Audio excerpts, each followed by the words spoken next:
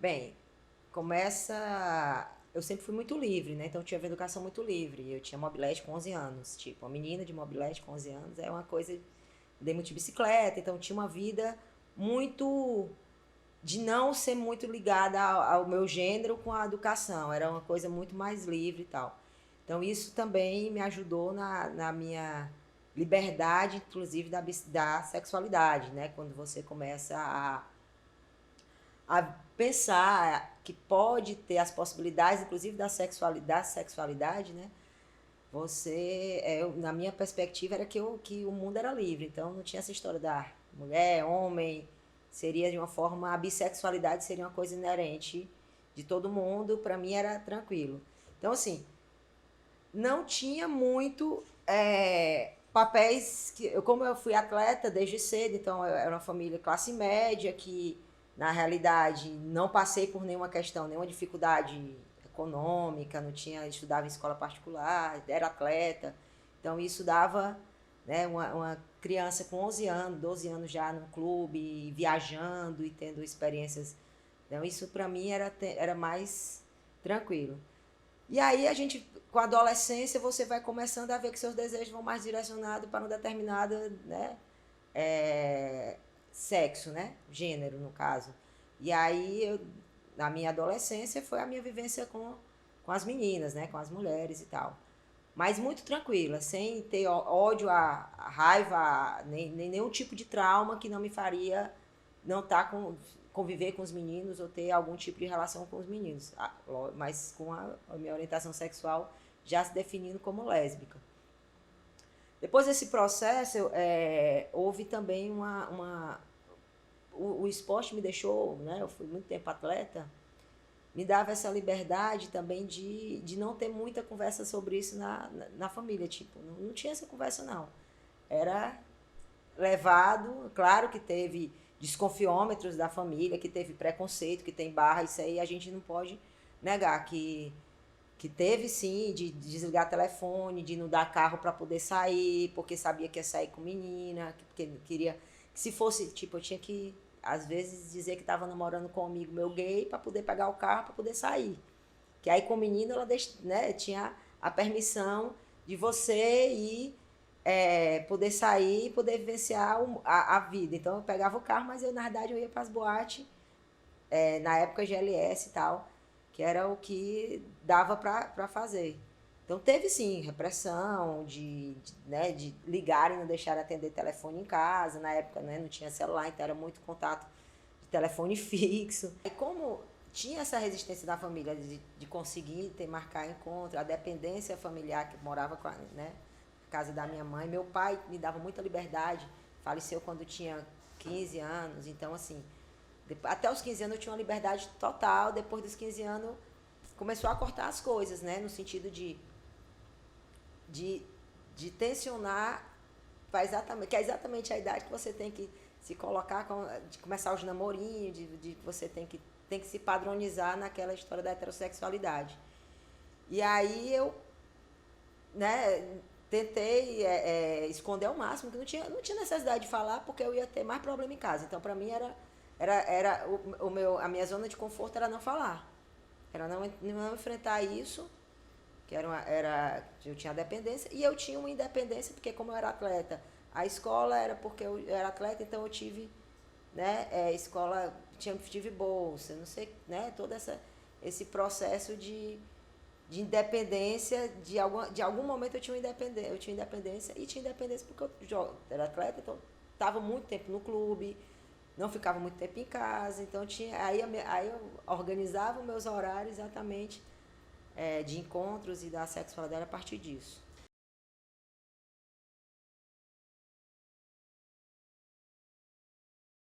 Então, como eu vivenciei a cidade muito, eu vivenciei a cidade no sentido da minha orientação sexual, de conviver com gay, travesti, né? Tive um processo na minha família de um primo gay que eu era mais nova, então ele depois de um tempo virou travesti, ou virou porque eu digo assim, passou por processo de travesti e agora ele voltou a ser gay.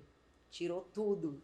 Mas essa permissão, inclusive esse primo que é muito próximo na minha infância, Então a gente acabava também tendo algum tipo de conhecer muitos espaços, né? E aí eu não tinha necessariamente a minha indignação era minha indignação política, né? Eu tinha uma indignação política.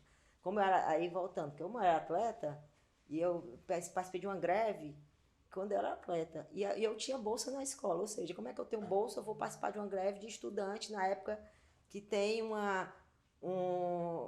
né, as pessoas se mobilizando contra o aumento das mensalidades. Mensalmente, meus amigos, eu perdi amigos em sala, porque a família não tinha condição de pagar, tinha que transferir o meu né, para outra escola e tal, para a escola pública. E aí eu aderi a essa greve e comecei a conhecer outros atores políticos, né, no sentido de outros movimentos, principalmente juventude e tal.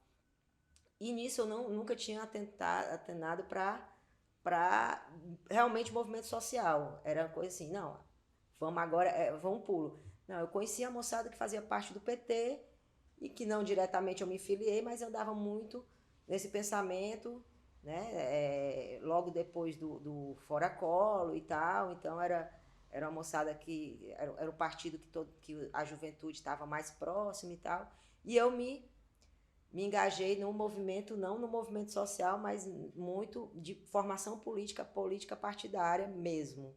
Então, antes de ir para o movimento, eu fui para o partido. É até interessante, porque geralmente as pessoas estão no movimento e vão para o partido. Eu fui para o partido para depois compreender a importância do movimento social como um movimento de resistência, né?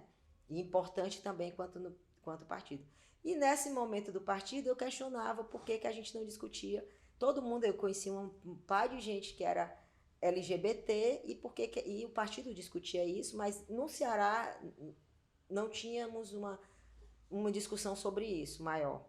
Então, aí eu questionava isso sempre e sempre vivenciava campanhas e tal. E nas campanhas eu ia conversar com o público que eu conhecia, que era a moçada da boate, que era a moçada que andava em bares, nas barracas de praia, nos bares LGBT e tal. E era lá que a gente conseguia conversar com as pessoas sobre esse processo eleitoral, sobre a importância dos LGBT e tal. Aí veio um convite para a gente começar a discutir isso dentro do partido, né? Então, exatamente a militância veio veio diretamente uma inquietação política partidária em um partido de esquerda, que foi o PT. E aí eu me filiei ao PT e tal. Logo depois, eu me aproximei de um grupo político, que era um grupo mais, né, mais universitário, moçada mais da universidade e tal, que tinha como líder a Luiziane na época, né, 96, que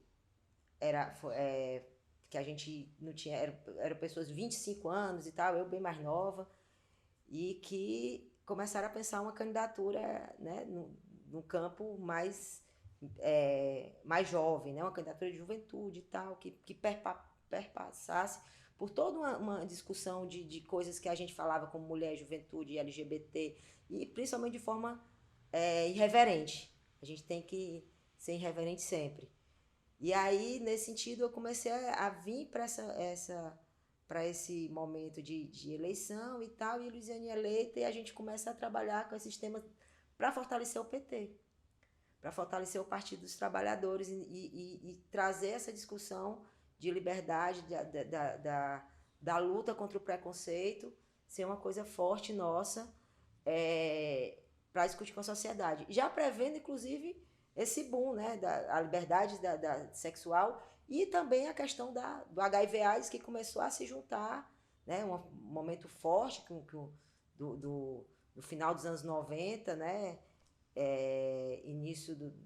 muita gente via essa questão da LGBT como uma coisa promíscua, né, como não tinha muito. E aí a gente foi discutir no partido, de esquerda tinha que discutir isso, e não havia aqui essa pauta política. E daí eu começo dentro aí fui convocada para ser uma assessora parlamentar para a primeira assessora parlamentar que o partido teve, que era exatamente aqui no Ceará, aqui em Fortaleza, que era vereador, que era para discutir a questão da sexualidade, que era para pautar no parlamento a liberdade e o direito das pessoas da liberdade da orientação sexual. Então isso foi uma loucura, né? Porque ninguém. Aí nesse momento eu tive que sair do armário para minha família. E aí eu tive que sair do armário para minha família porque a primeira eu tinha que dar entrevista, eu tinha que aí comecei a me relacionar nesse momento que a gente estava conversando e formando o pensamento político também dentro do partido, de discutir, existia o companheiro Durval Ferraz, que era vereador da base de igreja, base SEBS, né? E que ele tinha uma relação muito próxima com o Grabi. E que nós também começamos a ter uma relação próxima com o Grabi, por meio da Lisiane, e o movimento também sentiu nisso que a gente precisava ter, inclusive, uma legislação em Fortaleza que punisse os estabelecimentos comerciais, né, que vieram a discriminar as pessoas, né, que vetasse o acesso das pessoas aos espaços, né, os espaços privados. E aí o Durval pensa, o Grabi e o Durval pensam na Lei 8.211/98, que é a lei contra a discriminação nos espaços aqui em Fortaleza. Só que uma lei era 98, mas ela começou a ser construída antes, em 96, né, para poder tramitar e virar lei. Então foram. E aí, nesse processo também, a gente estava junto, ajudando isso. Paralelamente a isso, nós tínhamos um grupo político que começou a querer também discutir com os outros militantes, de fazer formação política e de saber o que era isso. E como eu tinha a minha formação política do movimento social, não tinha muita formação de movimento, mas tinha formação de política partidária, do que não partidária, mas política, formação marxista e tal. Então a gente passou por processo de formação. E aí a gente começou a discutir isso e a trazer algumas pessoas para fazer um debate dentro do nosso, por meio do mandato, mas dentro dos espaços que a gente tinha de escritório político e tal, acabava fazendo esse debate. E daí eu comecei também a gente começou também a ver a outra questão, que nos anos 2000 a gente não tinha, que era o grupo de lésbicas em Fortaleza. Né? Nós não tínhamos também grupo de nós tínhamos o Grabi, que era misto, que várias mulheres já passaram por lá, companheiras, né, já tiveram militância no Grabi.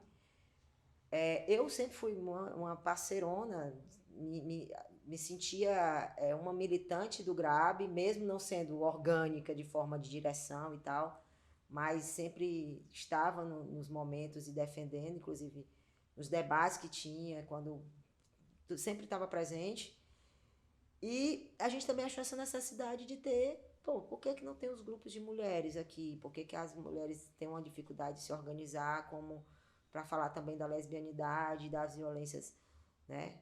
E aí, em 2001, foi a primeira tentativa, foi quando veio o Senale para cá.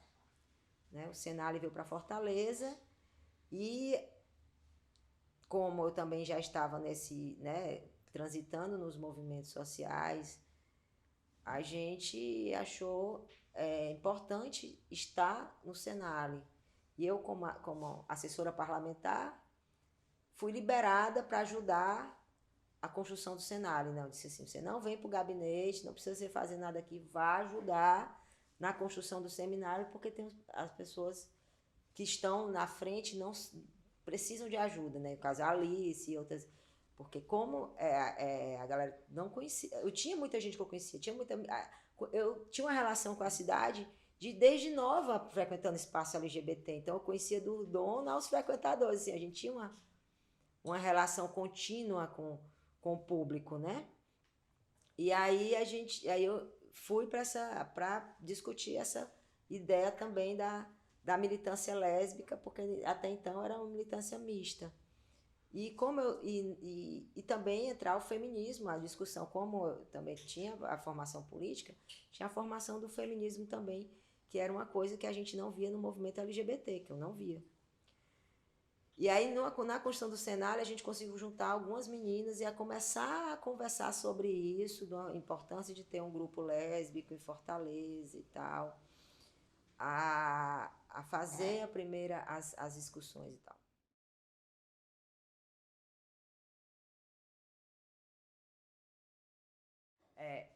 Eu tinha uma formação inicial feminina, né, uma formação militante por ser marxista e também pelo grupo que a gente fazia parte de ser um grupo feminista, né, no caso a Democracia Socialista, que era o grupo que eu não era exatamente, eu não era do grupo, não era assim militante de direção do grupo, né, era militante orgânica do grupo, mas eu participava das formações e em alguns momentos, e essa formação também era uma formação feminista, então tinha também essa inquietação que o movimento LGBT não era um movimento feminista, assim.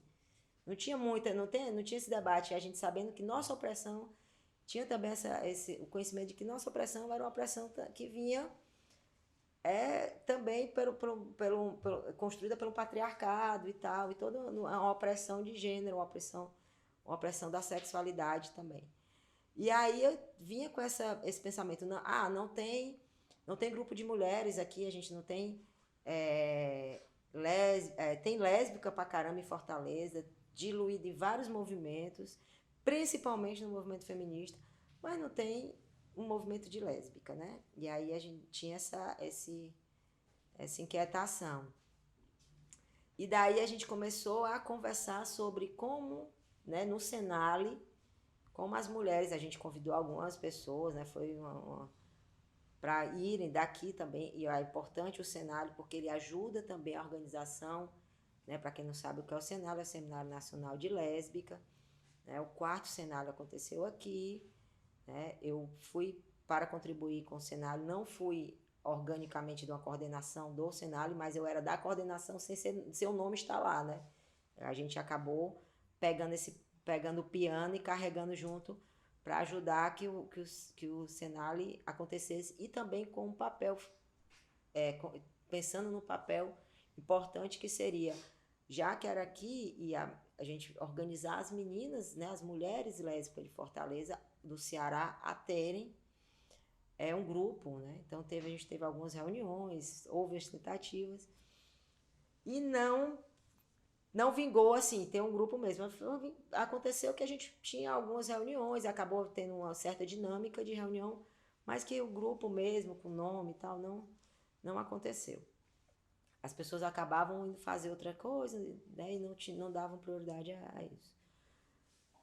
Consequente a isso, a gente teve uma parada que foi uma parada LGBT, que o GRAB conseguia todos os anos, eu era da organização da parada, todos os anos, desde quando comecei a minha militância política, desde a primeira parada, a gente participava de todos. A partir da segunda eu já estava na reunião, né, indo para as reuniões. E nessa parada, agora eu estou tentando ver se foi em 2002 ou foi 2003, nós conseguimos um trio a mais. O GRAB conseguiu, na realidade, por meio de projeto, seriam 2 trios. E numa das reuniões, o Orlaneudo, que na época era o presidente do GRAB, a gente conversando assim, não, tem um trio que a gente não dá pra gente coordenar dois trios, né? Até dá, mas seria legal que a gente doasse um trio para alguém, né? Na época, é até bom falar assim, porque quando eu comecei também a querer militar no LGBT e o GRAB foi super importante para mim, e aí era o acolhimento do Orlaneudo e da Janaína, porque a Janaína Dutra foi uma figura que era que eu ia pro GRAB para ficar conversando na sala dela, ia ficar tomando café com ela e ela fumando um cigarro e a gente conversando.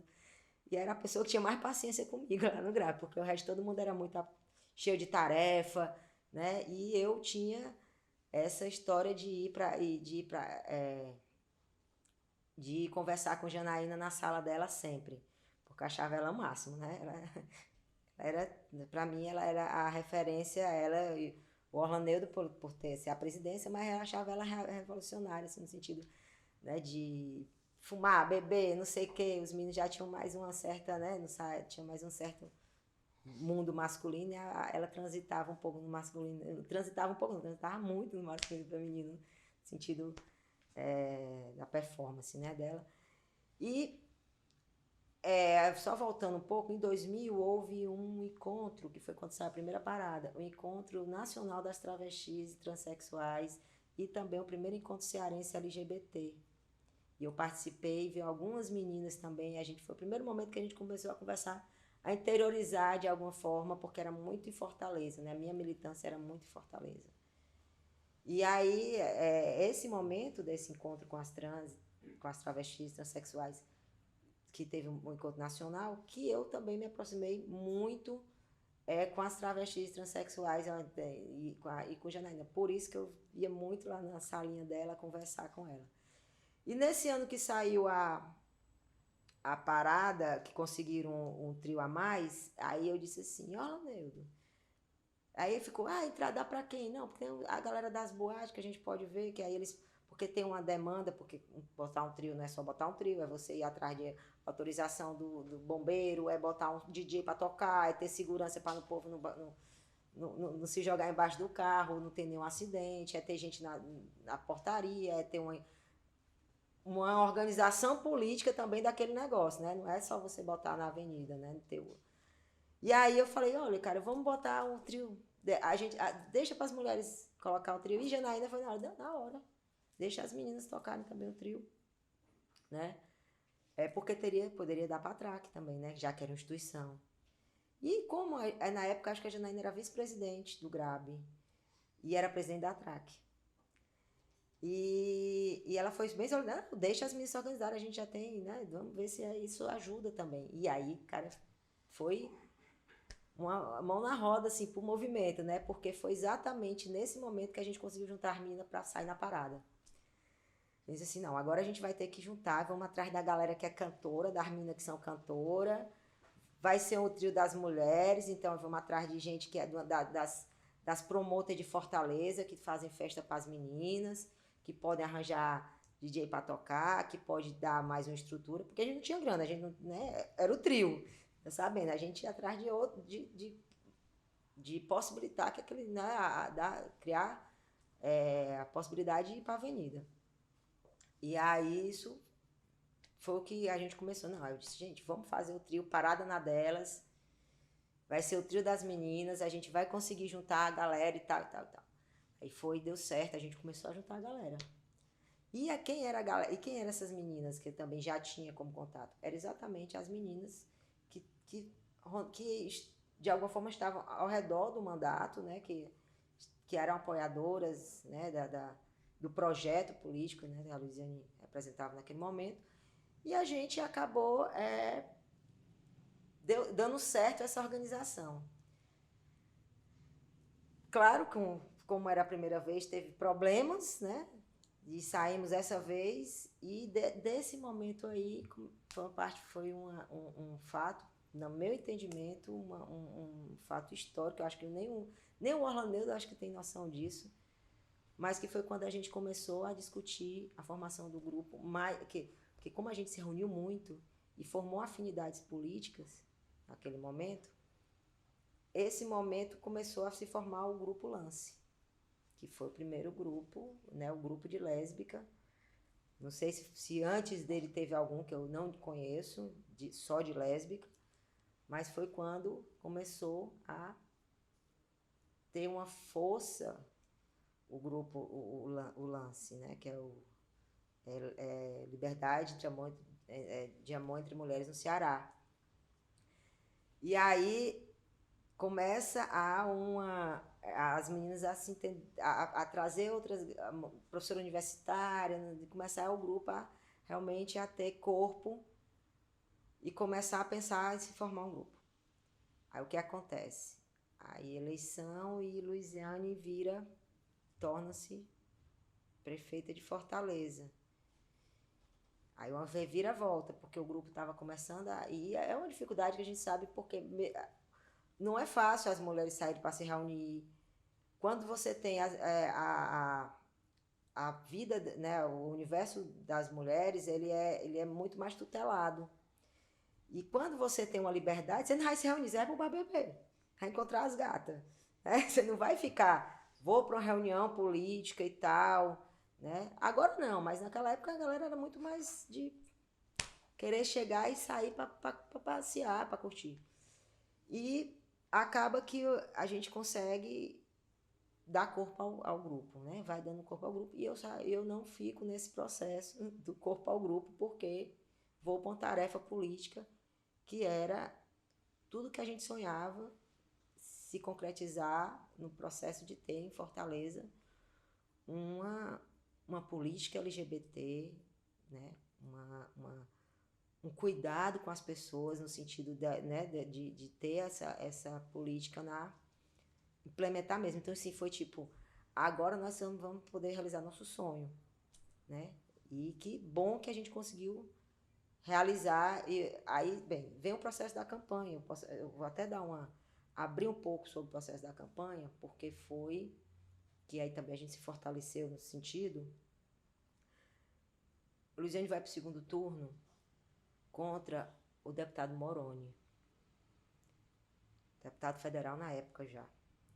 E o Moroni, ele fez uma campanha de segundo turno muito ofensiva, muito preconceituosa, certo? De chegar a contratar atores para fazer e dizer, olha, aqui é meu filho, eu não quero que o meu filho estude diversidade sexual na escola. Quando a gente foi construir um programa de governo, na época o coordenador do programa de governo era o Renato Roseno. E eu disse, Renato, a gente vai organizar na época, né? Vamos organizar a pauta LGBT, óbvio, né? Uma campanha que tinha 2%, a gente começou com 2% de intenção de voto. Como é que você é? Uma campanha dessa sai vitoriosa, né? 2%, né? E eram os 2% da população que dizia que de alguma forma conhecia a Luiziane. Então, ou seja, pouca, né, perspectiva. E aí, não, mas a gente vai ter que usar esse processo, que a gente sempre disse, a gente vai ter que usar esse processo, o canal de televisão, para falar o que a gente quer falar, independente que seja vitorioso ou não. Então, isso foi uma decisão política, que não, nós somos aqui, nós vamos falar o que a gente pensa que tem que ser falado para a sociedade, o que é que a gente pensa sobre ter uma gestão de esquerda, uma gestão irreverente, uma gestão transgressora, nada disso que está aí nos representa. E aí eu disse, Renato, a gente vai conversar com o Grabi. E eu vou conversar com o Grabi e a gente consegue. Aí o Grabi, não, então vamos fazer o seguinte, vamos reunir e vamos montar a plataforma LGBT do movimento LGBT do Ceará.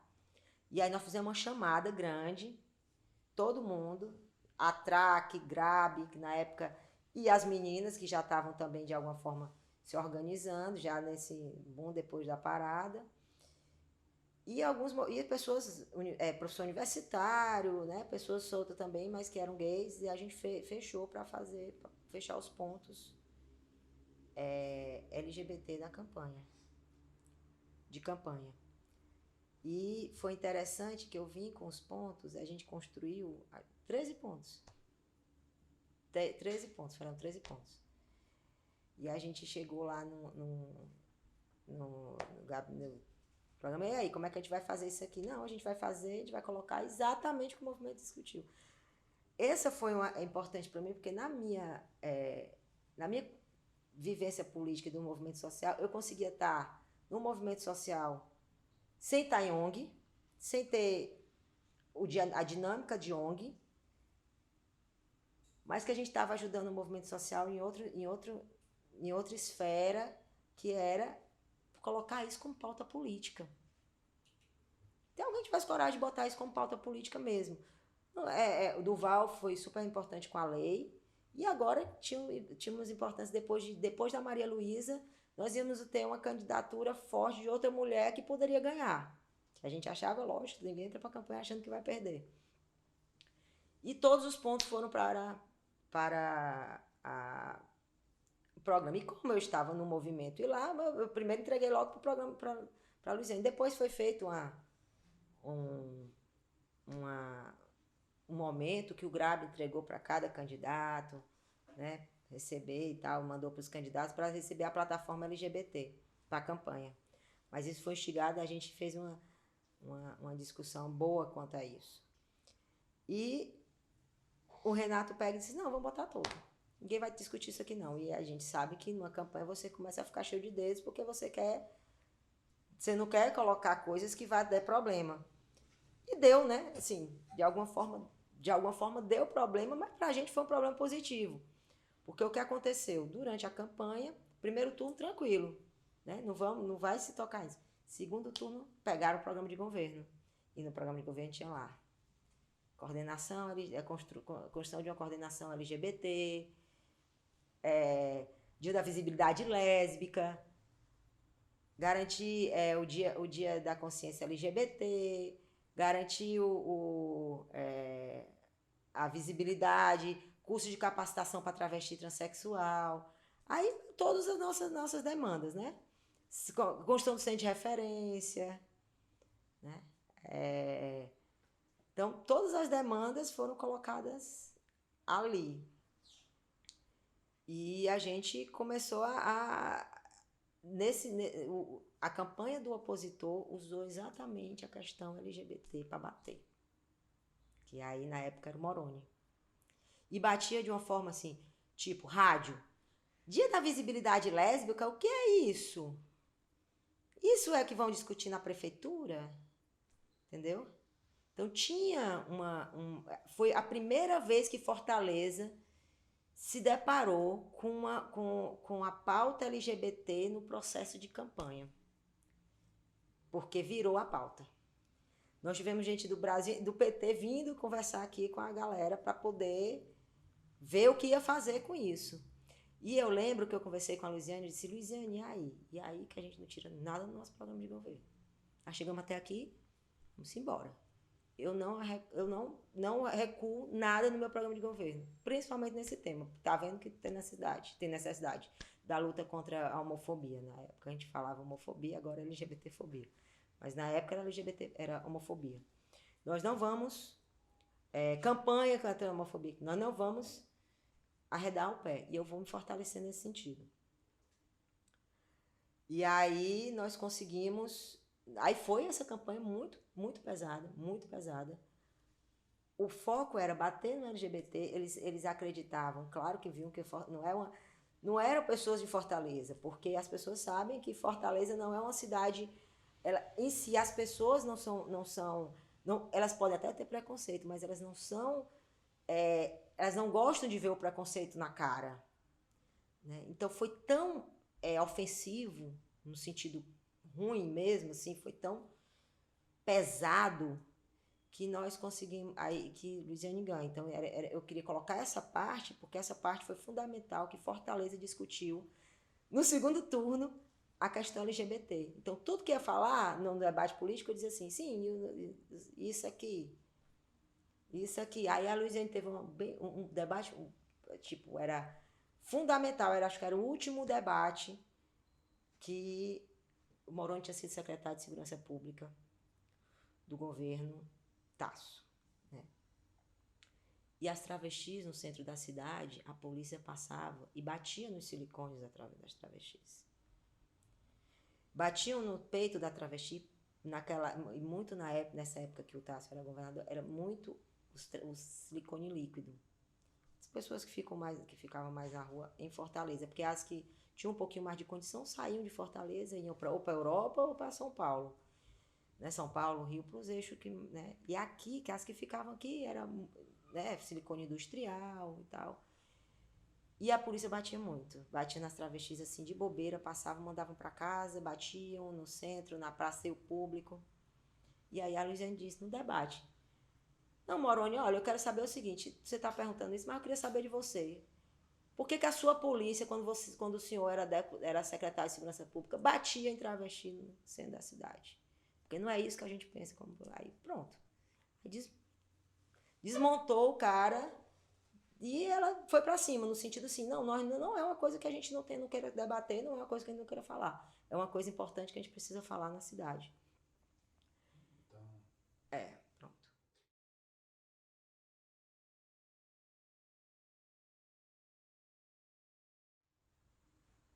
Porque foi na realidade assim, quando eu volto, aí eu disse assim, mas é importante colocar isso, eu tive esse convite, né? Você vai ser assessora. Teve uma reunião do Conselho Político, do mandato, do Conselho Político, quando a Luiziane ganhou, né? Logo depois ela criou um Conselho Político, existia um grupo político que pensava a política que ia ser aplicada. E teve essa reunião, eu nem sabia que tinha tido essa reunião depois, e ligaram para mim, a Luiziane ligou, ó, você agora é assessora do mandato, quero conversar com você, não sei o quê, quero lhe convidar para você ser assessora para a pauta LGBT que a cidade precisa, né, contra a violência e tal, preconceito. Aí eu disse, tá, beleza, eu tenho formação da questão marxista, e agora? Aí liga depois um amigo meu, professor, hoje é professor da Unilab, o Gleidson, e também a Lala, que é professor da UNB, hoje os dois estão no... Aí disse assim, não, aí eu disse, cara, me chamaram, e aí? Foi a gente que defendeu o teu nome. Aí eu disse assim, e aí? Eu não tenho nenhuma experiência com o movimento mesmo, eu tenho de partido, então assim, não sei nenhuma mais... Ia para as manifestações e tal, mas não tinha diariamente qual era a pauta do movimento, o que o movimento estava colocando, como é que eu chego e tal e tal. Aí começou, né, o Gleidson.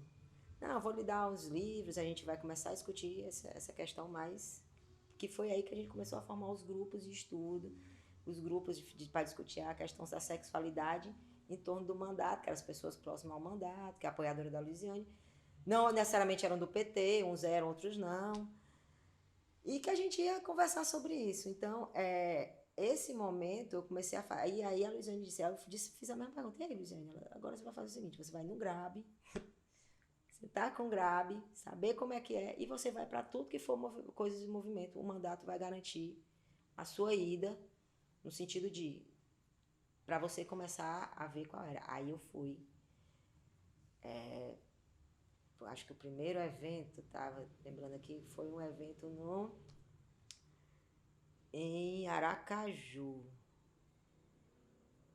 que foi um encontro Nordeste, uma coisa Nordeste lá em Aracaju, que eu comecei a conhecer, não conhecia, não sabia se que existia o GGA, o GGA, GGL, que era o grupo gay, o GLB, que era o grupo lésbico da Bahia, GLB, eu falei, que tinha o GGB e tinha o GLB, né, que eu conheci outras militantes do movimento, mesmo sabendo que o movimento de mulheres era muito pouco, né, era pequeno. Aí agora eu posso falar um pouco mais, saindo um pouco das coisas, aí fui para a militância. Aí você agora, exatamente, você trouxe a minha memória de trabalhar como é que eu comecei a militância real da Michele, quanto militante LGBT, que começou a se relacionar nacionalmente, mesmo com o Senale, né, o Senado Nacional de Lésbica, e as outras demandas do movimento. E aí eu vou para esses momentos, começo a ir para os encontros, porque sabe que a grande dificuldade é a passagem, aí o mandato, não, nós vamos dar passagem para você se formar, você precisa ter uma formação e a articulação com as pessoas, com o movimento, precisa saber qual é a pauta do movimento, e você é preparada para isso, eu tenho uma visão disso. E aí eu lembro que eu comecei realmente a ver e a militar com as mulheres, inclusive eu participei de momentos, inclusive na BGLT, em que as mulheres saíram da BGLT, fiquei eu e Janaína uma vez, um dos encontros da BGLT, que foi em Recife, e eu fiquei pelo GRAB, ficou a Janaína, o Orlando Neudo teve que vir embora, e não, fica tu e a Janaína, apresentando aí. E eu fiquei era uma mudança, eu acho que na época era reavaliar o estatuto da BGLT, iam fazer um novo... E era mudança no estatuto, inclusive, era. Aí a gente foi, eu fiquei lá e depois teve a eleição, e aí na eleição era o congresso da BGLT, em Recife. Teve umas mulheres que viram que não tinha espaço para mulher e muitas saíram da BGLT. No momento, pediram na hora lá, pediram para sair, depois que voltaram a BGLT. Mas assim, eu estava um pouco nesse momento que foram reivindicar uma presidência ou uma porque eram as vice-presidências já tudo fechadinho, e queriam, as mulheres queriam ter vez naquele momento e achavam que Não tinha. Então, eu lembro muito desse momento, e eu era muito nova, então não entendia, assim, entendia o processo estava acontecendo, que era um processo que era realmente para fazer a demarcação do política das mulheres no movimento LGBT, que aí depois daí a gente começou a pensar a cota para as mulheres nos encontros LGBT. Eu fui para o EBGLT, que teve em Maceió, fui para outro que teve em Brasília, que eu acho que em Brasília foi o último, né, que era um encontro, não tínhamos conferência LGBT, então nós tínhamos os encontros brasileiros e gays e lésbicas, e não tinha bissexuais, não, era EBLT, que foi quando eu lhe conheci, né? Quando a gente foi um momento, acho que foi quando a gente mais se aproximou, aí eram outros militantes que eu tenho muito carinho e muito respeito. Então, aí fui procuro o GRAB para conversar. E então, e não tinha, acho que tinha não tinha meninas no GRAB, né? O GRAB estava fazendo um momento com. E tinha um papel fundamental que era a questão da AIDS, né? Da luta, a luta contra o preconceito, mas também a conscientização da população LGBT com a questão do HIV. E então era muito masculino o espaço, né? Como eu cheguei lá, eu cheguei como, não, é do PT, uma garota do PT, tá na assessoria da vereadora do PT, né? Fui para todos, aí passei a ir para todos os espaços de discussão que tinha. Aí o GRAB promovia uma discussão com o Luiz Motti, aí eu ia lá para fazer o levantamento LGBT e tal, tal. Eu ia lá, era a única mulher às vezes. E aí a gente fez essa relação, foi tendo essa relação de militância e de confiança, que chegou o ponto de a gente conversar com o Orlaneu, lembro da Luana. O Orlando tinha um centro de referência LGBT no GRAB, era o GRAB que coordenava o centro de referência LGBT. E eu dizendo, não, aí eu deixo a metade do tempo, a Luana era estagiária, né? A Luana tem que ficar mais tempo no movimento LGBT. A gente tinha também, eu tinha essa preocupação de algumas, como a gente não tinha muitas meninas, de algumas meninas que chegavam, que tinham, né, eu tinha essa preocupação de segurar as meninas no movimento, porque não é fácil o movimento LGBT, as mulheres nos espaços mistos e ficar, entendeu? E já que a gente também não tinha grupo e tinha um lance que estava, né, começando.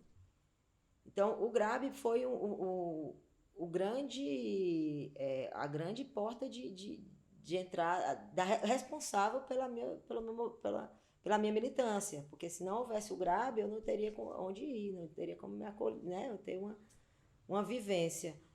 Então, o GRAB foi isso. Eu não era orgânica, eu não tinha nenhum papel na ONG, a não ser como participante de reuniões que eram abertas, de coisas, e que a maioria eram homens, né? Volto a dizer que era isso.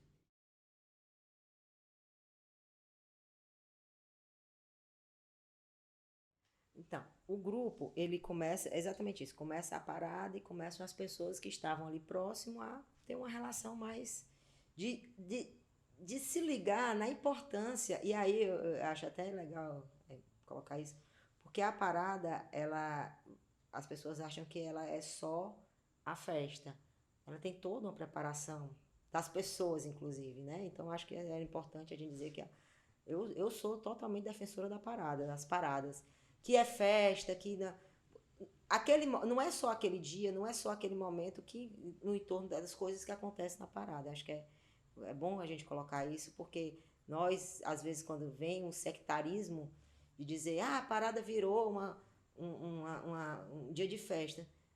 Meu amigo, você não sabe de nada, né? A parada, ela não é um momento de festa, a parada tem um momento preparatório. Tem reuniões, tem discussões, tem olhar o outro, vem várias coisas que você não tem ideia de quanto aquilo é importante. Tem preparada, tem reuniões, tem. Então, assim. Então, esse momento lá do desafio de pegar um trio era exatamente com estratégia de como a gente vai juntar as mulheres. E as mulheres viram que era necessário realmente ter um movimento para falar por elas, né? De não ser representadas o tempo todo pelos meninos, da invisibilidade, né? Eu ia dar voz, o que eu mais lembro bem que a gente sempre da invisibilidade, né, das mulheres. E qual era o nosso papel realmente, assim, social? Era importante ter um grupo de mulheres, né? Porque a gente podia se ver nos movimentos de mulheres, por exemplo. Só que nos movimentos de mulheres não eram movimentos que entendia quando a gente falava sapatão. Não entendia a nossa cultura, né? A cultura lésbica, acho que a cultura que hoje você vê muito mais nítido, né? Antes você vê, tinha muito um policiamento do que é ser lésbica, de politicamente correto, não no sentido de ser politicamente correto, mas da fala, do que a gente acabava não criando a nossa identidade política de lésbica, porque era fechado dentro do feminismo que mesmo o grupo, às vezes sendo a maioria lésbica, reproduz uma visão da heteronormatividade, né? Da heterossexualidade. Então, assim, não era a pauta, não. A pauta é, não, vamos falar de aborto, vamos falar da violência, tá entendendo? E isso, as meninas que nessa época eram as meninas que se aproximaram, eram meninas que estavam querendo realmente romper com isso, né? E aí começou realmente a ter esse momento. O que acontece? Há uma ruptura minha por passar quando entrei para a gestão, para não interferir e não virar um grupo, porque é um grupo do PT. Eu acho que a gente tem que ter num movimento social e a gente, nós que somos, que passamos pela militância, que fomos assumir um cargo político, porque assim, é muito bom, como assessora parlamentar, dava uma liberdade de que, mesmo sendo partidário, tá, mas eu dava uma liberdade de estar em qualquer espaço. Aí, só concluindo isso, qual era aí o movimento? Ele tinha que ser um movimento muito livre. Então, eu na gestão, como é que o movimento vai fazer uma crítica se eu estou lá dentro do movimento para dar uma linha de alguma forma, né? Então eu conversei, olha, eu vou me distanciar, vocês vão tocar. E aí, fundamental, Luana, Alessandra, né? Nós fizemos um encontro lá inclusive no equipamento da prefeitura, que foi esse encontro para organizar o grupo, que foi um encontro grande num centro, era tipo um centro social urbano, né? Um CSU, que é aqui, lá da Borges de Melo.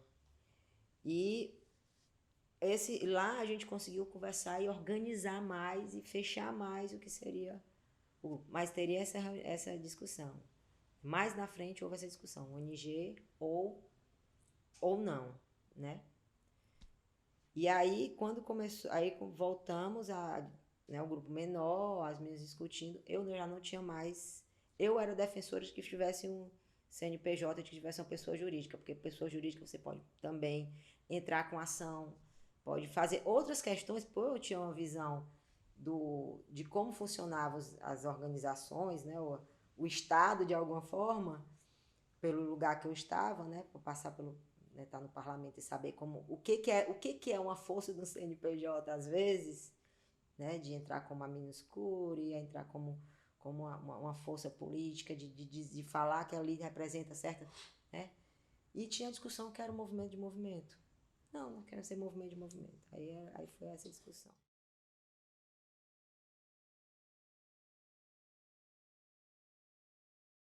É.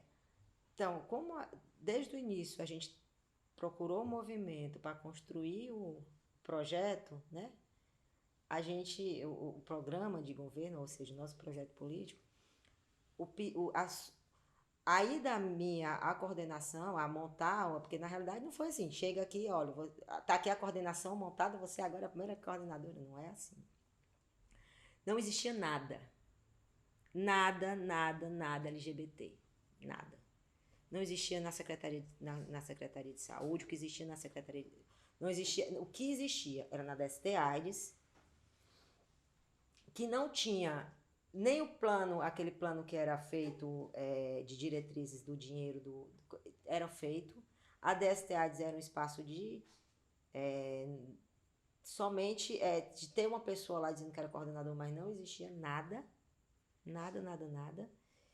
E não tinha, e nas outras secretarias muito menos. Se não tinha no HIV AIDS que vinha dinheiro para implantar o programa de prevenção ao HIV AIDS, imagina onde não vinha dinheiro federal. Não tinha nada, não tinha nada. E daí a Luiziane chegou e falou assim, olha, você... Aí ela tinha assessores temáticos, né? Você é de mulher, tinha mulheres, tinha juventude e eu, que era o tripé do mandato, e tinha educação também, que era muito forte. Mas assim, de populações éramos nós três, né? Eram 3 assessores, cada um com a demanda específica, uma população específica a ser defendida e trabalhada e organizada. E a gente sempre pensou que o mandato ele não deveria ser apenas um espaço político de parlamento, mas que ele deveria ser um movimento da sociedade. E aí, nesse mesmo sentido, a gente pensou isso quando chegou na prefeitura. Não tinha nada, então primeiro, o que é que nós temos? Nada. Então nós temos a DST AIDS. O que é que a gente vai fazer na DST AIDS? Nós vamos chamar o Fórum de ONG AIDS, que aí eu fazia articulação política com essa moçada aqui, e assim o Fórum ONG AIDS vai indicar uma pessoa para ser o coordenador e a gente vai criar a política de AIDS e a gente vai começar a ter algum tipo de política para LGBT começar lá. Eu vou pegar a juventude já tinha algumas coisinhas mínima, mas também não tinha quase nada. Tudo, aí vamos virar tudo assessor especial do gabinete da prefeita, sem assessor mesmo, não era coordenadoria, não era nada. Não tinha é, não tinha gente para trabalhar, não tinha gente para fazer projeto, não era assim. Aí foi acontecer, eu comecei a catar gente. Tem uma. Eu chegava pro Grab, sempre o Grab, né? Eu disse, vocês conhecem alguém, algum LGBT que é funcionário público que eu possa chamar para ficar à disposição do gabinete. E aí começou a fazer. Eu comecei a montar a coordenação assim. Sem ser. Não tinha coordenação, então tinha uma equipe mínima que eu ia começar a pedir, a encontrar as pessoas. Felipe é um que hoje é funcionário público, que veio da educação, foi indicado, acho que foi o Joca, o Alexandre Joca, que me indicou. Michel, tem um rapaz que é muito bacana e tal.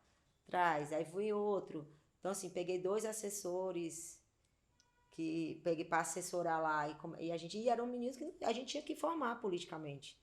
Né, que não tinham formação política, tinham esforço, nem formação militante, nem política, que eu digo não é política para o PT. Era política para o que era ser um militante LGBT. Né, a gente precisava disso. E aí aí foi a Luana. A Luana foi assim, vamos fazer seleção dos nossos estagiários. Preciso de estagiário. Aí qual é, Michelle, que tu vai precisar? Eu preciso de um estagiário de serviço social e preciso de um estagiário de direito. Pra gente começar a trabalhar aqui.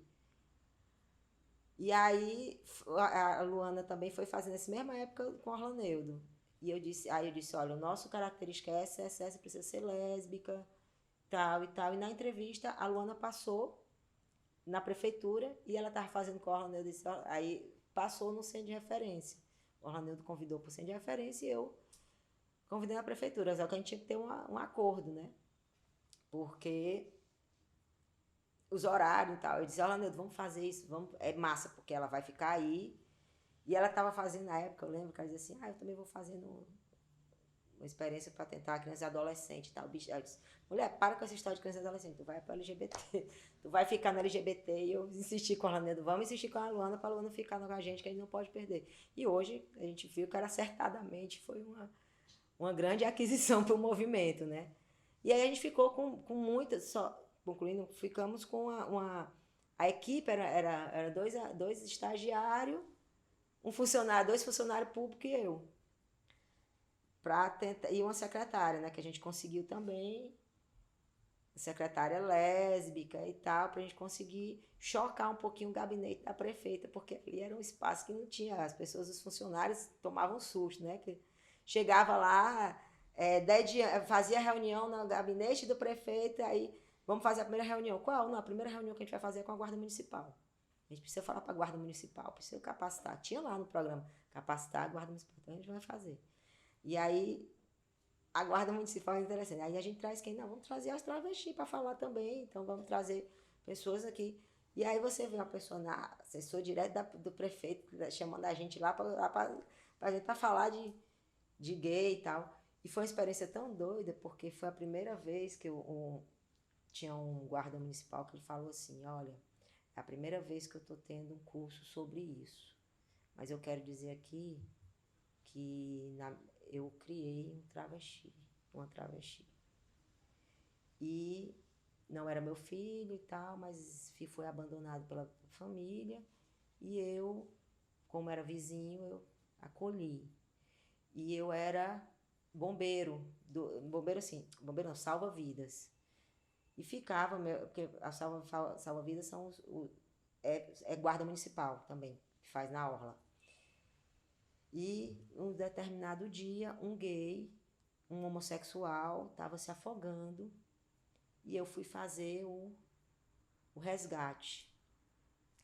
E naquele momento na praia, isso ele falou muito emocionado, naquele momento na praia eu vi que era preconceito, porque quando eu comecei a fazer os procedimentos para ele voltar, a praia inteira fez ao redor e disse, ele é viado, tu vai pegar AIDS, deixa ele morrer. Então assim, ele viu, e ele disse que na mesma hora eu lembrei da pessoa que eu estava na minha casa, que eu estava criando, que eu tinha tirado, né, que eu estava ajudando, e que era uma travesti, que eu tinha que fazer alguma coisa para salvar a vida daquele rapaz. Eu não sei se fosse outra pessoa teria, porque foi muita gente dizendo que eu não fizesse nada, que eu deixasse ele morrer. E aí todo mundo muito emocionado na sala, porque era um momento que a gente via que como a gente podia transformar a vida das pessoas institucional num aparelho tão cruel que assim, né, militar, que a guarda de alguma forma eles têm um treinamento militar, eles são guarda municipal, mas também tem o treinamento militar, e a gente podia mudar muita coisa na prefeitura. Então a primeira ação nossa foi trabalhar com professores, guarda municipal e juventude.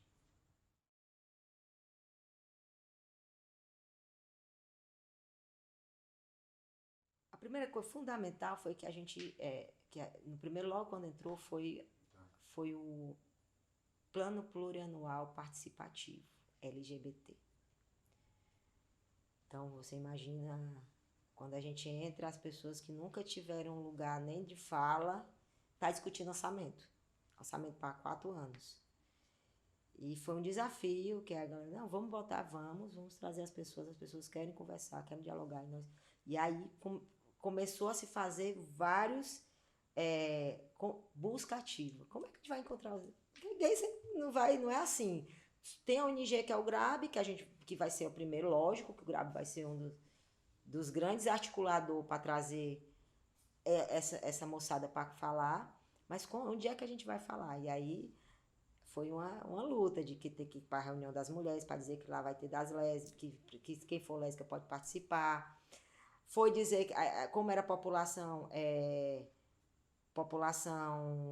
mais vulnerável, voto, não precisava de 20 votos, precisava de 10 votos para eleger um delegado.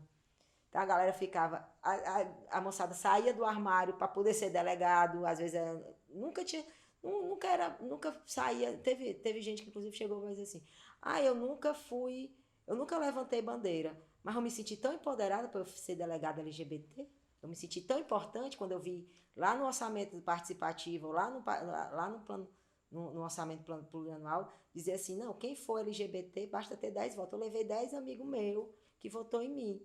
E aí você começa a ter, que é importante a gente dizer, a participação política social de pessoas que não estão organizadas, né? De pessoas que estão soltas e que de alguma forma, a gestão tem que ter um olhar, uma gestão de esquerda, acho que eu falo de esquerda, mas assim, a gente precisa organizar o povo, a gente precisa organizar as pessoas.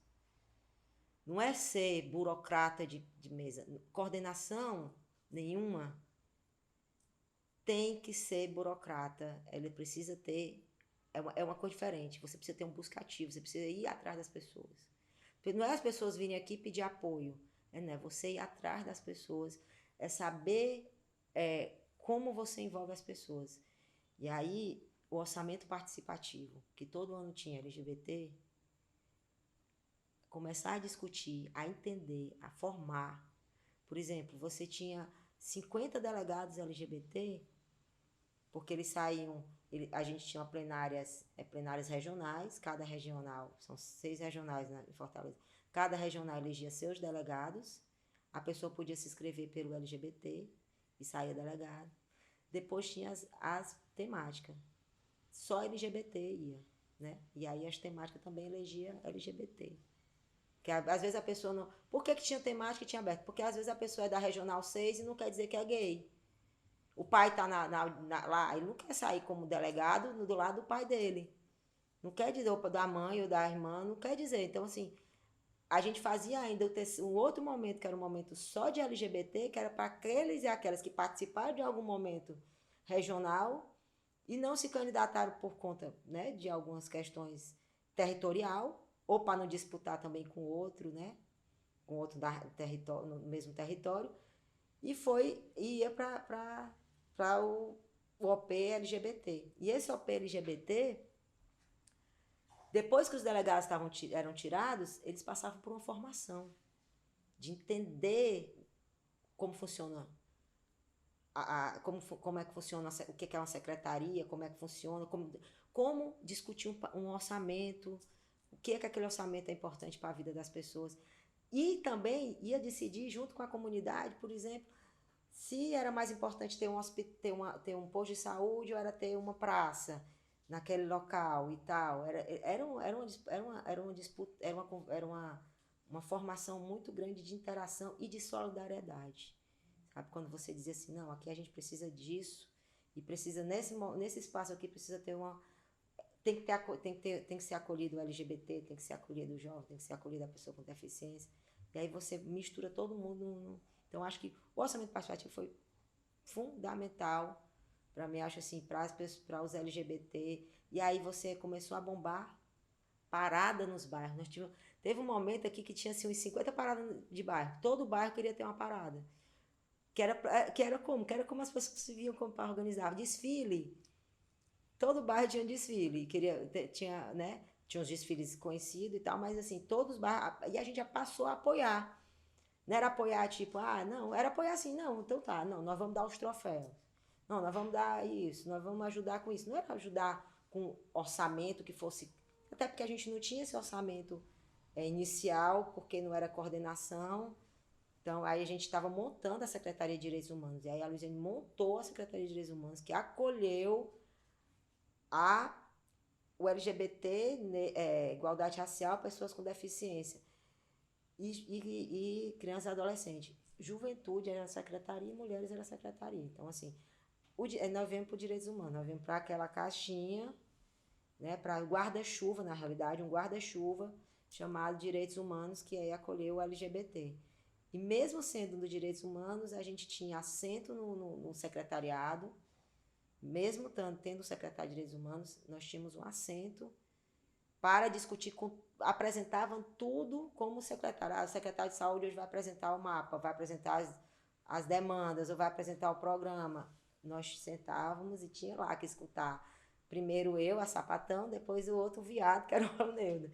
Então, durante a gestão, sempre teve um assento, uma garantia no espaço de poder político, que eu acho que é necessário para se ter qualquer transformação numa gestão ou em um governo que se quer trabalhar com LGBT. Ou você dá poder político, ou você não dá. Se não tiver poder político, aquele sujeito ali pode ser o mais empoderado, mas se você não der poder político entre os secretários, no núcleo, né, do poder, das decisões, sabendo que as outras secretarias passam, inclusive você sabendo o orçamento do um, do outro, discutindo, olhando para o outro, esse é fundamental. E a segunda coisa é que nós LGBT, a coordenação não é para fazer tudo. A coordenação é o meio. A coordenação ela tem que ser um articulador. Por isso que eu digo que a gente tem que ser busca ativa. Um coordenador que pensa que vai pegar o dinheiro e vai gerir o dinheiro, você não tem o que gerir, você vai gerir o nada. Você tem que pegar as pessoas. O que você tem mais importante é que você tem uma secretaria de assistência que você pode fazer parceria, que deve fazer parceria, que deve ter orçamento LGBT na Secretaria de Assistência, deve ter orçamento LGBT na cultura, deve ter orçamento LGBT na saúde. Ou seja, onde tem secretaria, se a gente quer dar alguma transformação política e tem sessão política, não é ter dinheiro comigo, eu não precisava ter dinheiro não. Se a secretaria tivesse dinheiro, a gente estava só orientando como aquele dinheiro poderia atingir e levando as pessoas para o serviço.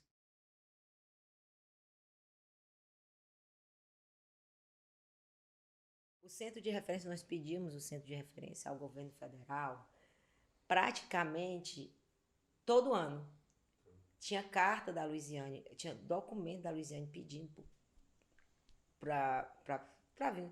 E a gente tinha problema político aqui, que era André Rossati era estadual, era coordenador estadual, e uma visão muito estreita do governo federal de querer fazer parceria só com os estados, não ir para o município, achando que o estado vai dar a cobertura, né, maior. E na época do centro de referência, aí eu fui várias vezes conversar com de poder, que nós estamos lá embaixo, entendeu? O meu susto foi esse, você sai de um núcleo de poder de governo, né? Eu saio de um lugar que eu tenho assento no secretariado, claro que eu não queria um assento no ministério, né? Entre os ministros e o presidente, mas que eu conversava diretamente com todos os secretários, com todos os coordenadores, que eu tinha acesso livre para você ir para uma coordenação que você não tem poder político. Você precisava falar para a pessoa, convencer uma pessoa, para essa pessoa ser convencida, para convencer outro, para poder convencer outro. Ou eu quero me reunir com o diretor, eu precisava falar com o diretor, meu diretor, para o diretor conversar com outro diretor, para poder marcar uma audiência, para poder ir, porque eu era coordenadora. Então, esse lugar lá do LGBT não é um lugar naquele jeito ali, a gente não consegue mudar a homofobia no Brasil.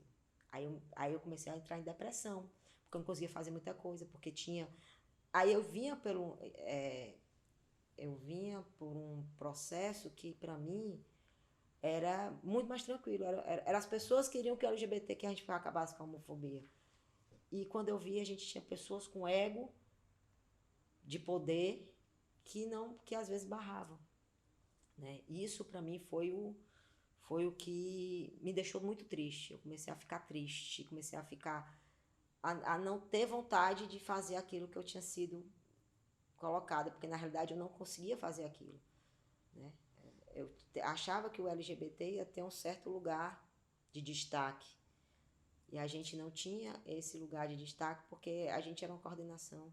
E agora eu sou a favor eu acho importante, inclusive agora que fosse uma secretaria ou que fosse uma diretoria que pudesse ter pelo menos um segundo escalão para você poder organizar institucionalmente a coisa, sabe?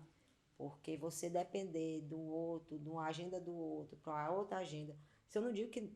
E assim, e os secretários, eu não falo que as pessoas não tinham vontade política, não. O lugar que está é um lugar pequeno.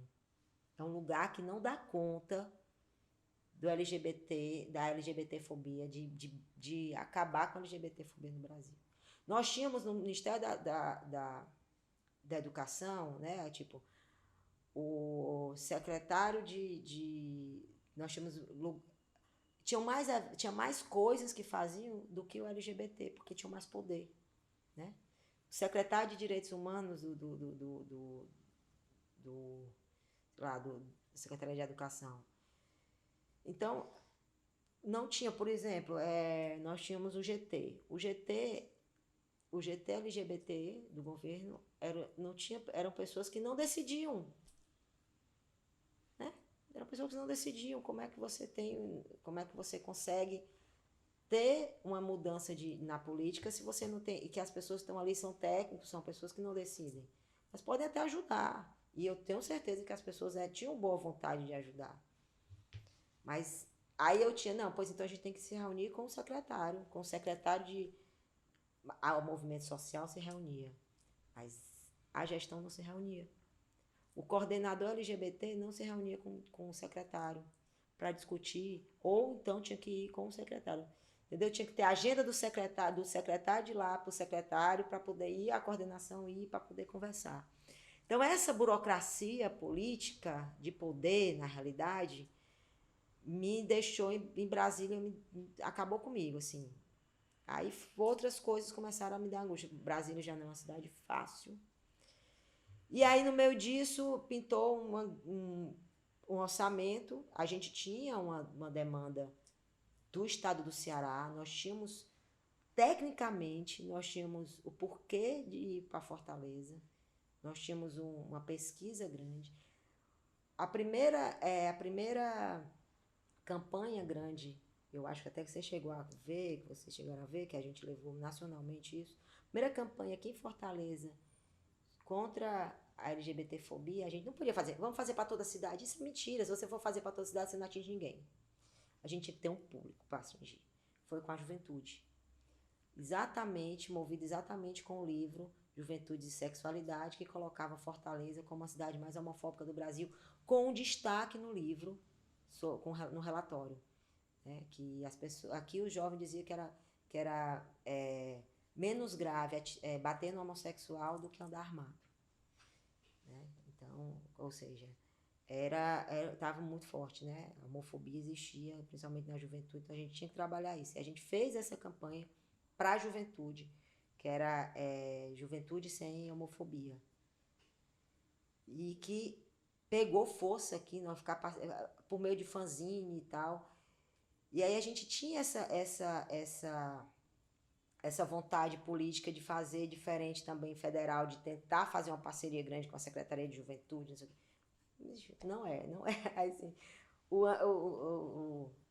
o castelinho caiu, né? E quando caiu, você começa a ver que você tá ali, não é ali o seu lugar, né? Pelo menos, eu me senti muito peixinho fora d'água e sem muito. E comecei a ficar triste mesmo, acho que eu me entristeci muito nesse processo.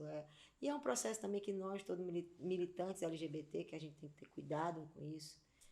E aí eu trago aqui um pouco da memória da Meire Lúcia Mesquita, que infelizmente esse ano nos deixou, é que a gente precisa tratar a nossa saúde mental, porque às vezes a nossa militância, ela consome muito. E quando você está, às vezes, em algum espaço que você não vê que você não está mais conseguindo, principalmente nós militantes, né? Você se adoece de forma de você não se reconhecer em nada, nem naquele espaço. E as pessoas não notam, e ali é um mundo de trator, né? De você fica, você é moído, né? Como uma máquina de moer gente, literalmente, Brasil. E aí a gente consegue um recurso, que era um recurso para fazer uma parceria com qualquer estado e tal, e a gente tinha uma demanda grande aqui para o estado, né? Para Fortaleza. Consulto o estado. Não, tem aqui, o estado solicitou também, né? Via a coordenadoria estadual. Aí eu dou o prazo, eu digo, olha, é o seguinte, querido, você quer, eu vou dar um prazo para começar a fazer, que eu vou abrir aqui o sistema e vou dar um prazo para você me dar mandar as documentações. Não houve. Não mandou, não teve assinatura do secretário, não teve assinatura, não houve. Aí imediatamente eu ligo para o município. Vocês querem? Topa, secretário de Direitos Humanos? Vocês topam o centro de referência? Nós topamos o centro de referência. Pois então, pronto. Vou abrir aqui para vocês botarem o projeto e a gente começar a negociar. E aí a gente consegue mandar para cá o centro de referência Janaína Dutra, em parceria com a Prefeitura de Fortaleza. É um convênio, né? A Prefeitura entrava com espaço, com profissional, né? Com vários o equipamento, né? A compra de equipamentos seria a nossa parte. Aí a gente pensa na segunda coisa. Como é que esse centro de referência vai existir depois que sair a Luiziane? E aí a gente pensa que o centro de referência foi um projeto de lei incorporado à gestão Ou seja, o centro de referência, os profissionais do centro de referência são todos da gestão, são assim, são todos com cargo comissionado, tem DAS, tem, tem um corpo. E era um projeto foi uma lei, a partir de uma lei que existe o centro de referência. E o centro de referência nada mais justo do que colocar o nome do centro de referência Janaína Dutra, que foi a nossa grande ícone aqui do nosso movimento LGBT.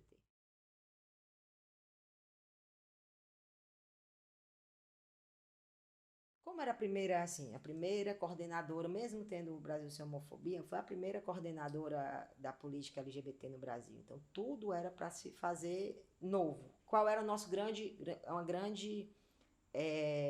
desafio? O desafio estava ali, era para pegar o plano, pegar as demandas da conferência, construir o plano e articular com o movimento social, certo? Qual era a real demanda, aí qual era a real demanda do movimento? Nós não tínhamos dinheiro, nós não tínhamos recurso, pouco recurso. E para isso, o que, que a gente fez? A gente tinha que, os recursos que a gente tinha que fortalecer os eventos LGBT. E aí foi o ILGA, foi o Senale, né, que foi o Senale em Rondônia, eu acho. Aí era esse e a relação. E as relações que a gente tinha era de fortalecer e de formar o GT, de fortalecer o GT também institucional, que tinha os outros ministérios, para que a gente pudesse andar com a política LGBT. Como foi um ano eleitoral, era um ano muito. Aí 2009 já começa o 2000. Eu só vou realmente para Brasília, assim, de corpo e alma, para ficar lá, morar e tal, e tal, e tal, no final, no novembro de 2009. Né? Então, assim, aí eu passo, já começa a campanha. Então, tem as demandas de campanha, tem as demandas de política, tem as demandas do movimento.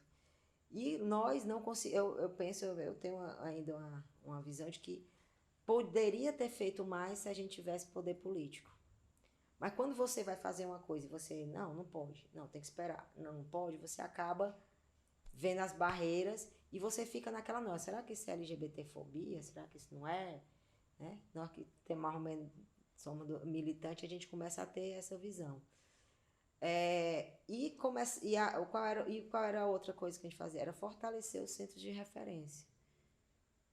E aí a gente teve a consultoria sobre o centro de referência, né? A gente fez o primeiro encontro de... Porque o que a gente precisa fazer? Eu penso que as pessoas institucionalizadas, elas precisam mexer um pouco. Você precisa trazer o movimento e as pessoas para elas conversarem, para elas olharem para a cara, né? E aí a gente fez, eu acho que uma das coisas bacanas que aconteceu foi que a gente fez o primeiro encontro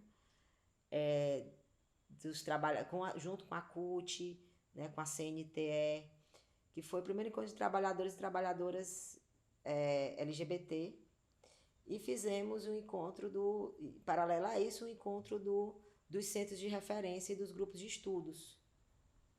Então, ou seja, a universidade, e chamamos os gestores. Ou seja, era gestor da política LGBT, o pessoal do FONGES e tal, era o centro, todo mundo no mesmo canto e todo mundo conversando, porque eu acho assim, igual como eu falo a parada, o evento em si, ele não é só aqueles 2 dias do evento em si, né? O evento, ele não é só a sala fechada, não é só a palestra que vai ser dada. Ali é o núcleo, mas o plus é dado a partir das relações humanas, é a partir de eu trazer um cara lá que tem da universidade, que nunca conversou com um cara lá da universidade lá de Minas, que nunca conversou com um cara do que é o gestor do Ceará. Né? Uma pessoa que está desenvolvendo um trabalho bacana no canto. Então, fazer essas relações, eu acho que uma das coisas que eu pensava que foi uma coisa importante que colocado, foi isso, foi trazer as pessoas para conversarem, né? E fazer essas tratativas políticas. E outra coisa era também respeitar o movimento foi importante. O movimento bateu na porta dos deputados e só teve dinheiro porque o movimento foi lá. E o dinheiro que tinha, o orçamento feito, era um orçamento que a gente tinha que ajudar quem foi lá bater na porta. Eu tinha também uma visão de que se o governo, depois do governo Lula, de não ficar na coordenação, porque não, outra gestão seria outra visão, né?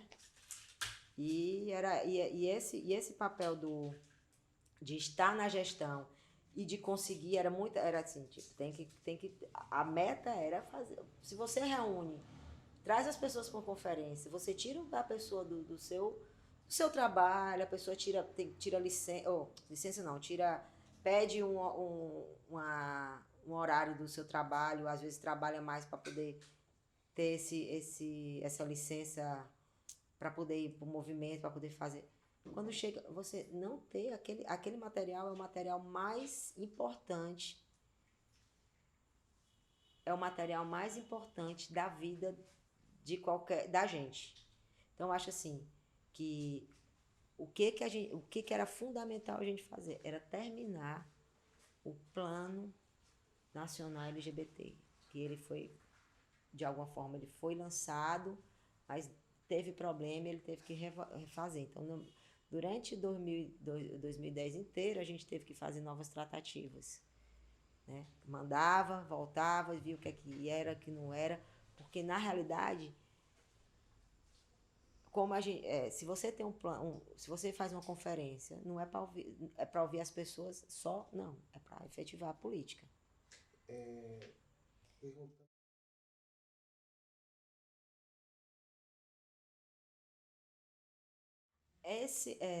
Vamos começar assim. O movimento ele faz uma solicitação de uma coordenação. Essa coordenação não foi porque o governo é bonzinho e achou que deveria ter uma coordenação LGBT, não. Houve uma solicitação de um espaço dentro do governo que coordenasse a política LGBT, ok? Ok. Cara, nós somos a única população, tirando o idoso, porque o idoso tem uma política forte na assistência, forte, mas nós somos a única população que estamos com coordenação. A coordenação de pessoas com deficiência é essa secretaria. Criança e adolescente é uma secretaria. Juventude é uma secretaria. Mulheres é uma secretaria. O LGBT é uma coordenação. Então, assim, as pessoas criaram expectativa do que era a coordenação muito maior do que o poder que é uma coordenação. Entendeu?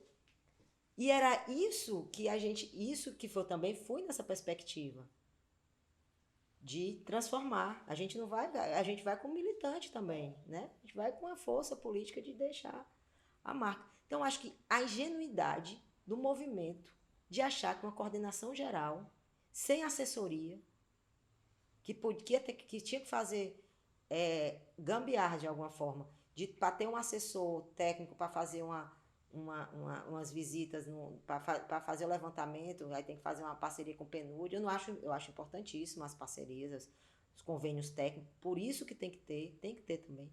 Mas a gente precisava de quadro para trabalhar, de pessoas que pudessem dar conta também de outras questões, de ter uma pessoa que ficasse dedicada à educação e uma pessoa dedicada ao trabalho e à cultura, não sei. Mas que fosse, a gente não tinha, a coordenação era uma coordenaçãozinha, era uma coordenação, é uma coordenação pequena, não sei como é que está agora, porque houve uma mudança, né?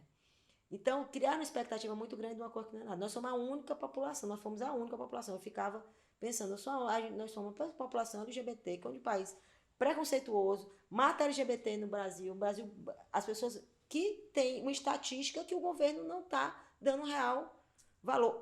Para você ter ideia, o Disque Denúncia tinha mais poder do que a coordenadoria, do que a coordenação LGBT geral. Entendeu? Então, assim, aí cria-se uma aí você tem que botar a culpa em alguém, né? Assim, no sentido de por que não está funcionando? Não é que porque a pessoa X que está lá vai fazer um milagre. Não, é porque as condições X não são dadas de forma pelo espaço que está. Não é nem que a pessoa não queira dar, assim, que as pessoas que estão lá podem estar com toda a vontade política. Mas é uma coordenação que tem limite. Para ser uma população onde as pessoas estão morrendo. Eu faço essa avaliação hoje. Eu faço uma avaliação muito maior que se não tiver poder, a gente não tem nada. E aí a gente pega eu vejo que foi dado como se está aqui, um pirulito para vocês ficarem, que o movimento vinha muito forte, organizado, bancando conferência, vindo para cima, e aí na hora que você tem uma coordenação, você não tem uma coordenação que possa dar resposta ao que você está fazendo, entendeu? Então, assim, é isso que eu estou dizendo. Se você não tem a única a população era lá, nós estávamos realmente no abjeto lá. Era uma população à margem. Era a população que eu me via como uma população que não tinha política pública, que não dava para efetivar uma política pública na real, entendeu? Porque como você vai efetivar uma política pública se aquela população, principalmente nacional, com a epidemia de uma LGBTcídio no Brasil, uma coisa assim louca com essa violência que o Brasil se encontra,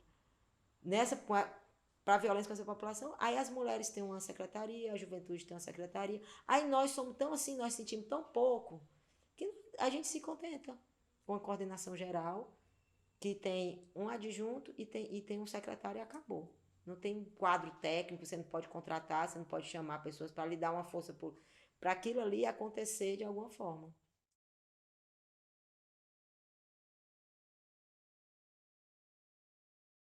Eu vou dizer o seguinte, o movimento, ele foi assim, alguns sujeitos que são, nós temos algumas raposas inteligentes também, né, claro, que viram que aquilo ali era muito pequeno mesmo. Então, na realidade, passaram a não dialogar mais comigo. Quem tinha força, quem conhecia, quem organizava, passava a conversar direto com o secretário ou com o ministro. Para que conversar comigo se pode conversar direto com o ministro ou, quando não, com o secretário? Então, audiências com o secretário não precisava de mim. Não precisava de mim, muito pelo contrário, o movimento ia me fortalecer. O movimento ele estava muito maior do que o que deram para ele. Eu não sei se foi a presença petista, porque assim, olha, eu acho que você ser de um movimento e você não ter ideologia política, você meio que você não sabe onde você está, entendeu? Porque tudo que a gente faz que é político, você diz, ah, não, eu tô aqui, mas eu não sou. Você é adepto sim a um pensamento ideológico, seja ele de direita, seja ele de esquerda. Com certeza, você que não quer assumir, né? Você não quer assumir. Então, assim, se você tem. E aí a prática é você se filiar. Quem se assume acaba se filiando. Hoje o que a gente vê muito são. Hoje pipoca LGBT em partidos tradicionais que são no Congresso contra nós. Mas tem lá um LGBT fazendo a linha do pensamento de direita para garantir isso. Então eu acho assim, primeiro que viram que a coordenação, viram mesmo que a coordenação não tinha poder. Então quem estava no movimento sabia, quem que articulava, sabia que não precisava falar comigo não, com o coordenador que seja. Bastava passar direto. A minha importância seria a assinatura para as coisas andarem, que teria que de alguma forma passar para que o trâmite aconteça, né? Então era isso. Então o movimento se tocou disso, né? Se tocou o movimento, as lideranças nacionais sabiam disso. O cara que senta com o secretário, para que vai sentar com o coordenador? Para quê? Qual o poder? Porque o que seria o interessante seria o secretário dizer, não, vocês têm uma coordenação, converse, dialogue, a coordenação passa para mim, ou então vocês vêm junto. Vocês já acordaram, o governo já vai ter posição. Não, uma pessoa que não é de uma coordenação de uma população, é igual dizer assim, não, vamos, o secretário, a pessoa com deficiência vai discutir com o secretário de deficiência para depois falar com o ministro. Se ele for direto para o ministro, um movimento é um movimento de pessoas com deficiência, o secretário vai dizer, não, mas não era isso que eu queria pensar. Aí o ministro vai dizer, não, então vamos sentar aqui porque você tem que sentar com o secretário para conversar.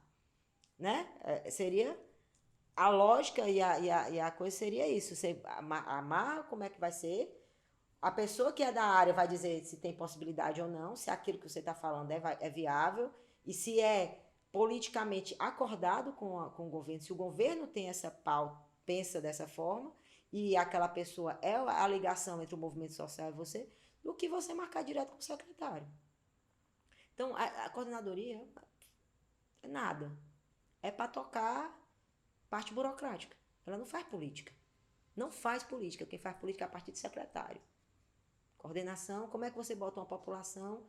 E era isso que a gente queria. Eu tenho certeza que quando foi pensado de ter uma coordenação LGBT, essa coordenação deveria ser política.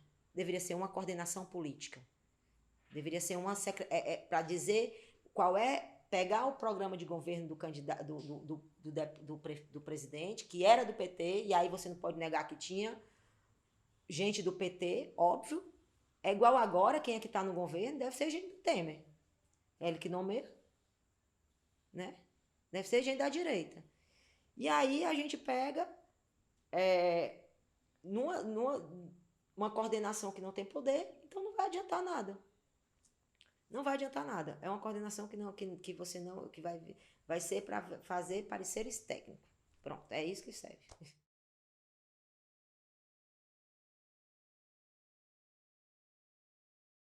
Então, eu penso que primeiro que a gente, agora só voltando um pouco que eu não concluí sobre a partidarização e o movimento, eu acho que o movimento ele tem que ter, ele não necessariamente ele é partidário, ele deve ser, as pessoas têm que se filiar, mas as pessoas têm aquela linha ideológica. Então, isso para mim, de ter sua linha ideológica, isso para mim também traz a questão da importância que as pessoas, das pessoas se tocarem que é na política que você transforma alguma coisa. Você vai transformar, vai ser no parlamento. Se o movimento social não tiver uma inserção no parlamento, uma inserção política, política partidária também, ele não vai para canto nenhum. Sabe por quê? Porque quem decide é a Câmara, quem decide é o Congresso, é o Senado. Gestão nenhuma faz revolução. Você pode ajudar. Quem faz revolução é o povo, né? São as pessoas, é o movimento e tal. Porque senão, se o movimento fica dizendo, ai, não sou assim, ai, eu sou totalmente autônomo, não tem pessoas do partido aqui. Primeiro que é uma mentira, todo mundo tem um ladinho. Segundo que se você disser que o movimento não tem é autônomo e que você vai disputar edital, que você vai sair, o movimento vai ser mero operador de operador da política, ele não vai mudar. Operador no sentido de serviço, inclusive. O movimento vai ser um movimento para capacitar LGBT, para o mercado de trabalho. O movimento vai ser um movimento para solicitar ajuda para fazer eventos e tal. O movimento não vai mudar nada se ele não tiver organizado politicamente algumas. E se tocar que é importante. Um movimento que ele tem vários partidos, óbvio que ele vai ter mais como avançar. Se ele ficar dizendo, partido A, existe muito PT. Existe muito PT porque o PT começou com isso. Foi o primeiro partido a botar no seu estatuto isso. Como é que não vai ter PT? Agora, se ideologicamente acha que o PT aparelhou a pauta LGBT, pois, meu amigo, tá ruim, porque se as pessoas que estão, historicamente, as mudanças eleitorais, os governos que avançaram nesse sentido, os parlamentares que colocaram, que mexeram com a estrutura, ou que incide sobre a questão LGBT no parlamento, a maioria são do PT, o que é que a gente pode fazer? Né? Porque aí você vai dizer, é muito cruel você dizer que o partido aparelha, se você vê se você vê que quais foram as leis, quem foi que fez a maioria das leis que defende o LGBT no Congresso? Quem é que vai para frente para defender os LGBT historicamente? Aí a gente vai negar isso? Aí o parlamentar é do PT, mas a pessoa não. Não, meu amigo, eu quero você porque você é um parlamentar do meu estado. Você tem partido. Para ser parlamentar tem que ter partido. E para você votar, você vai votar, meu amigo, no partido. Então, você não vai poder dizer que aí um governador ganha e não vai querer botar alguém do seu partido, por exemplo. Então, eu acho que isso é uma discussão mais. É igual assim: entra um cara com filosofia. Por que a gente não quer o Bolsonaro? Porque ele vai botar um monte de militar, por exemplo, né? A gente fala assim: por que a gente não quer um Crivella? Porque ele vai com o pensamento evangélico. E aí é dessa forma que a gente. E quem é que vai ficar lá? Não, será que ele vai botar um cara do PT para coordenar o negócio lá? Claro que não, né? Então, essa visão do movimento apartidário, ele pode ficar assim, não, eu não vou levantar a bandeira aqui direto, mas eu tenho que ter responsabilidade de que se aquele candidato que defende o LGBT vai ganhar, eu preciso estar junto dele, porque senão ele não vai ganhar, pode correr ele não ganhar, e se ele ganhar, ele não vai fazer nada para a gente, se ele pode ajudar a gente. Então, qual é essa relação? O movimento passou muito tempo nesse puritanismo. Qual a relação do movimento com os partidos? Né? Qual é? É ser a partidária?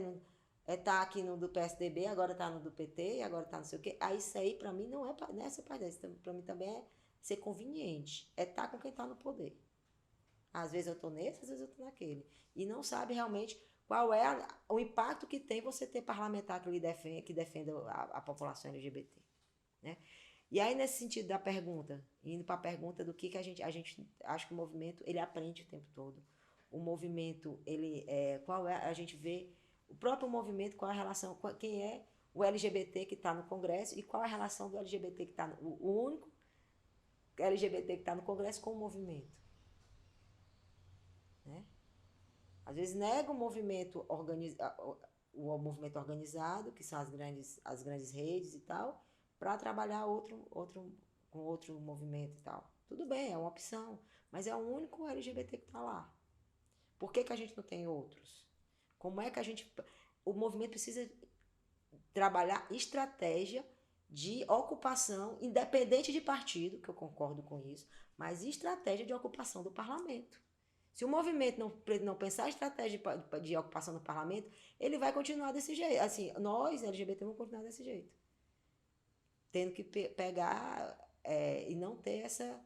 Porque se a gente continua, se a gente tem, e aí o parlamento está ensinando a gente, se a gente tem condição política, se a gente fizer né, um levantamento e discutir realmente qual é a política que a gente pensa e como é que a gente vai ocupar os espaços do parlamento, se a gente... O Milton falou isso, né? Como é que a gente vai ocupar os espaços? Como é que a gente... Qual é esse movimento dos LGBT para que a gente consiga ocupar e consiga realmente ter uma fala que seja representada, não por todos, mas várias falas que nos representem. Né? Acho que isso a gente precisa falar. Agora, isso também vem da estrutura da brasileira do processo eleitoral. É um processo burguês, que precisa ter dinheiro para ganhar, que precisa ter então é muito difícil, né? Esse negócio de ter LGBT.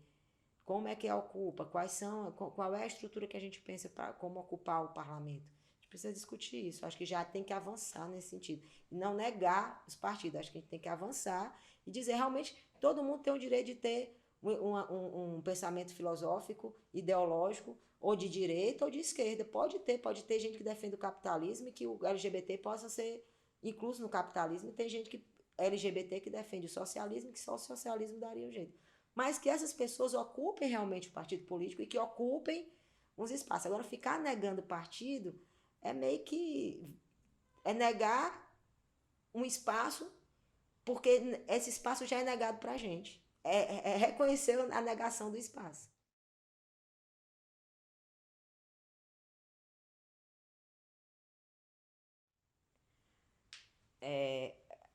Primeiro, ser ativista LGBT é você querer transformar as coisas, né? É você ter noção de que você não está incluído dentro desse sistema. Primeiro, acho que ser ativista LGBT, há uma necessidade, inclusive, de como é inerente nosso lutar por uma melhoria, é inerente do ser humano lutar por uma qualidade de vida, é inerente do ser humano ser feliz. E essa felicidade, ela só vai acontecer se ele estiver feliz também nessa, né? Um mundo sem preconceito, um mundo... Então, o ativismo, ele precisa para a gente, para a nossa busca da felicidade. Para mim, é a busca da felicidade. Né? Eu, quando termino esse meu ciclo, que em 2011 eu volto para Fortaleza, esse momento, para mim, foi assim, quero voltar para a militância, eu quero me... oxigenar novamente da militância, né? Que essa militância que você vê a transformação no dia a dia, porque o movimento ele é livre, você faz tudo. Gestão é tudo amarrado. Gestão, se você está ali, você tem limite, você tem a base do governo, tem a base da prefeitura, tem. Então, o movimento social, ele para mim, ele me dá um oxigênio, eu posso ganhar menos, posso batalhar mais, mas que o movimento, ele é extremamente necessário para que nós LGBT, para a gente construir a nossa resistência, para nos fortalecer e para a gente ir na busca do que é o nosso legado de ser humano, que é o legado da felicidade, a ser feliz por completo, a amar a pessoa que a gente quiser, a abraçar as pessoas, a viver numa sociedade onde predomine o respeito, onde predomine. Então, isso, para mim, é o que é a militância, o que a gente precisa ter no nosso foco, que não precisa as pessoas estarem o tempo todo, e o amorzinho. Não, acho que maior do que isso, você só consegue amar alguém se você estiver feliz. Então, se a felicidade é para mim, a minha militância, ela me traz a felicidade, porque eu consigo ver concretamente, eu consigo ver que as pessoas interagir, trazer as pessoas também para a militância, para que a gente possa junto transformar o mundo e transformar quem está perto da gente e transformar. E hoje eu consigo ver, hoje eu acho assim, um empoderamento de uma militante que veio, que teve que só assumiu para a família depois que infelizmente, né, que felizmente teve que mostrar no programa de TV, teve que assumir para a família porque ia sair no programa de TV. Para hoje você vê que a família já lhe tem como uma pessoa vitoriosa, porque foi você sozinho que fez isso, tipo, sozinha, claro que com os companheiros e companheiras de luta, mas que você não ficou simplesmente ali na sua caixinha. E que então, assim, eu passei de ser a pessoa que era LGBT e que de alguma forma tinha vergonha, né? A família segurava, para ser um LGBT que a família tem orgulho.